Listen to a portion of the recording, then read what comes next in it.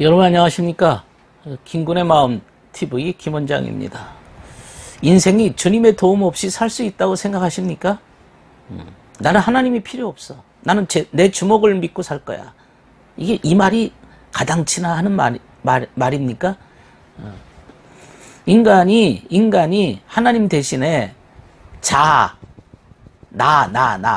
나를 우선으로 여기고 나만을 존중하면서 내 욕심과 내 고집과 내 생각에 깊이 빠져들게 되어지면 인간은 점점 침륜을 해 가게 되는 것이죠.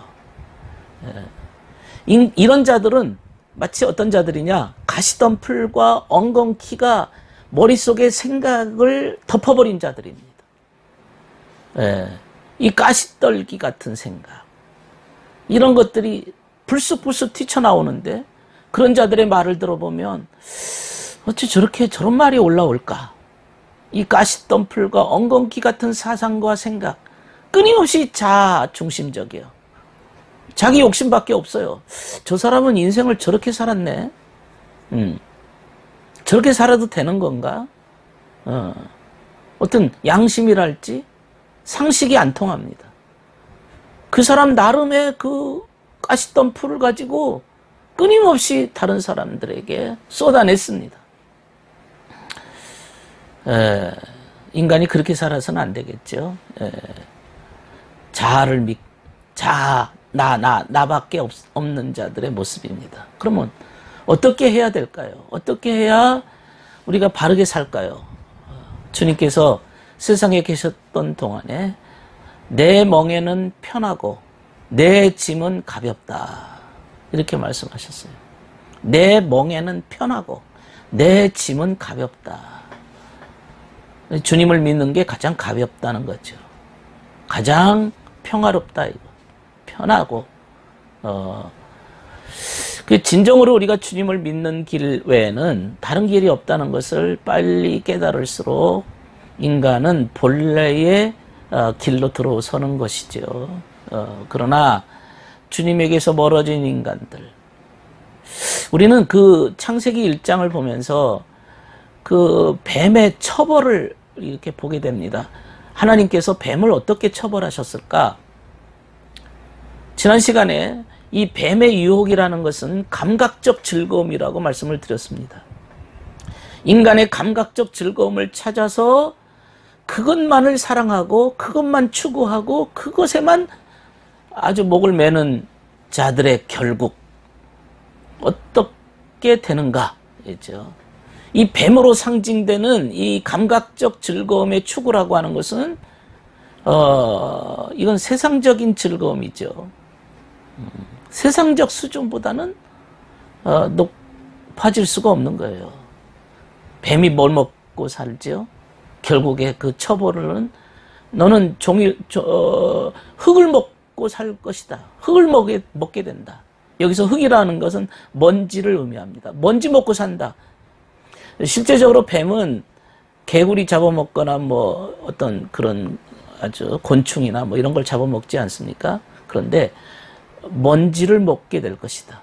흙을 먹게 될 것이다. 이 영적인 의미입니다. 흙을 먹고 살게 될 것이다. 이거는 완전히 지극히 낮은 상태, 지극히 비천한 상태에 처하게 된다, 이런 뜻이지요. 인간은 이런 감각적 즐거움에 다 넘어갑니다. 다 넘어갑니다. 아주 자기가 그걸 이길 것 같지만은 못 이깁니다. 주님 없이는 못 이기는 거예요. 주님 없이는 못 이기기. 먼지만 먹고 살게 되는 거예요. 비천한 가운데 처하게 된다, 그런 뜻이죠. 무섭습니다. 인간의 본능대로 살면 결국에는 뱀의 처지에 떨어지게 된다, 이런 뜻이지요. 그러면 주님의 도움이 필요하지 않겠습니까? 주님만이 이 뱀의 유혹, 뱀으로 상징되는 악마의 시험을 이기셨습니다. 주님만이 이기셨어요. 인간은 못 이겨요. 주님께서 이 모든 시험을 다 이겨내셨습니다. 뱀은 그의 발꿈치를 물었지만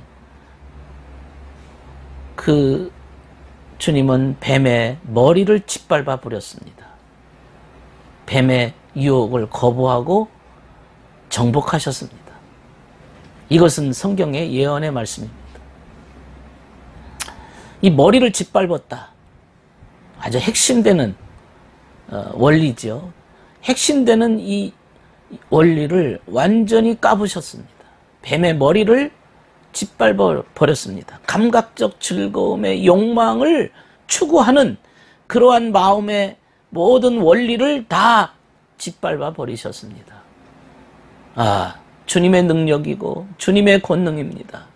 우리가 감각적 즐거움에 빠지지 않으려면 결국에는 주님 의지하고 주님의 도움을 구해야만 이길 수가 있다는 사실을 우리에게 가르쳐 주는 겁니다. 성경에 보면 모세와 구리뱀의 원리에 대한 구절이 나오는데요. 이스라엘 자손들이 광야길을 걸어갈 때에 그 불뱀이 와서 그들을 물었습니다. 그들이 다 죽게 됐어요. 불뱀이 물었다는 얘기는 그것도 역시 감각적 즐거움을 상징하는 거죠. 그 감각적 즐거움에 다 빠져버린 겁니다. 세상 쾌락에 빠져버린 거예요. 광야길을 걸어가는 동안에도 세상 쾌락에 빠져서 완전히 그들은 그 즐거움에 도취되어 있었습니다. 이스라엘 자손들을 물은 뱀은 감각적 즐거움의 뱀들입니다. 그때 모세가 구리뱀을 매달아서 이스라엘 백성들로 하여금 바라보도록 했습니다. 구리뱀. 구리뱀이 뭘까요? 여기서 이제 주님께서 이 구리뱀을 이렇게 장대 높이 매달게 했고, 그리고 그것을 바라보도록 했습니다. 여기서는 감각적 즐거움이라고 하는 뱀의 요소가 있는데, 그게 이제 구리뱀입니다. 그걸 매달았어요. 주님을 상징합니다, 사실은. 그래서 주님을 상징하기 때문에 이 말은 주님을 상징한다는 것은 주님께서는 이 뱀의 원리를, 감각적 즐거움을 버리는 게 아니라 올바른 사용을 의미하는 거죠. 세상적인 즐거움을 사용하되 이성의 지배에 내려놔라. 양심의 지배에 내려놔라.